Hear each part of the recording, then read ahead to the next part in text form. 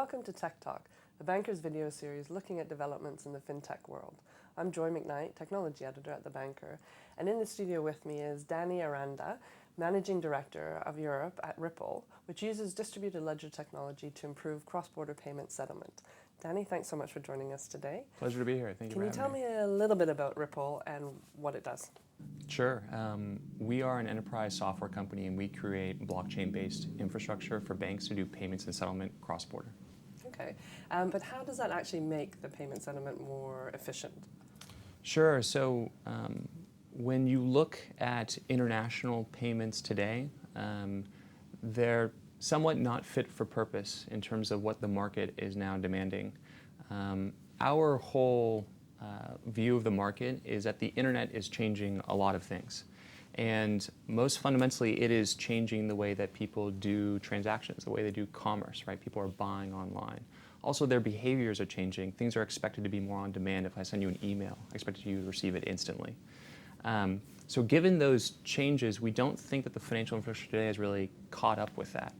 And you've seen companies like PayPal come out that really create a wrapper around the current financial infrastructure to create kind of a simulated digital experience. But what we're trying to do with Ripple and with blockchain in general is really put internet infrastructure into the very heart of what the financial system is. And a lot of that has to do with just making systems more interoperable so that a payment coming from the UK can flow seamlessly and instantly to the US. But it's supposedly blockchain it will help really reduce the cost of cross-border payments. How will it do that? Well, the cost side is definitely one piece. So reconciliations between systems is a big headache today. But a part that we focus on a lot more with our clients when we're developing business cases and thinking about how it's going to contribute to the business case, it's overall about growth. It's about new revenue coming in. So to take a very concrete example here in the UK with payment systems, if you look at volumes flowing over traditional systems like BACS and CHAPS, with the introduction of faster payments, right, over a decade ago, the volumes over BACS and CHAPS stayed the same.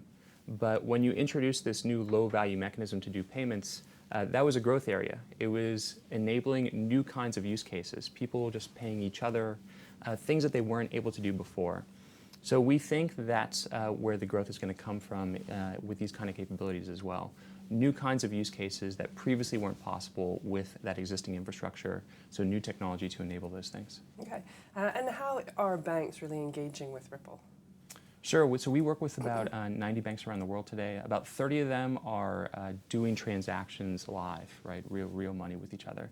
And that's really important. So this isn't just about experiments or POCs, this is really pushing this into production. And we have a number of banks that have gotten to that stage already. Santander here in the UK, National Bank of Abu Dhabi over in the Middle East, where they are using the technology on the back end of their systems to make money transfers internationally more efficient.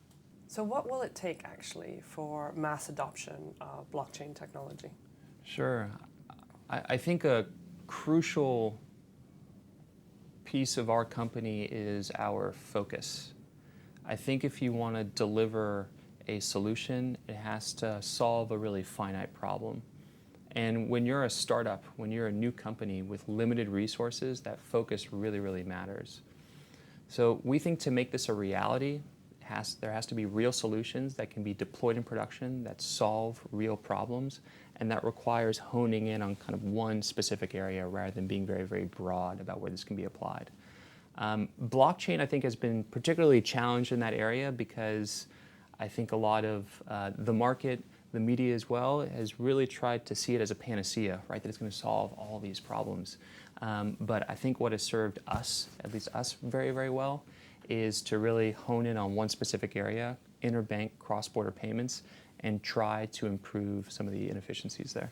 Okay, and my last question is around, obviously blockchain sort of came to light as the technology that underpins Bitcoin. Yes. What is your prediction for the future of virtual currencies?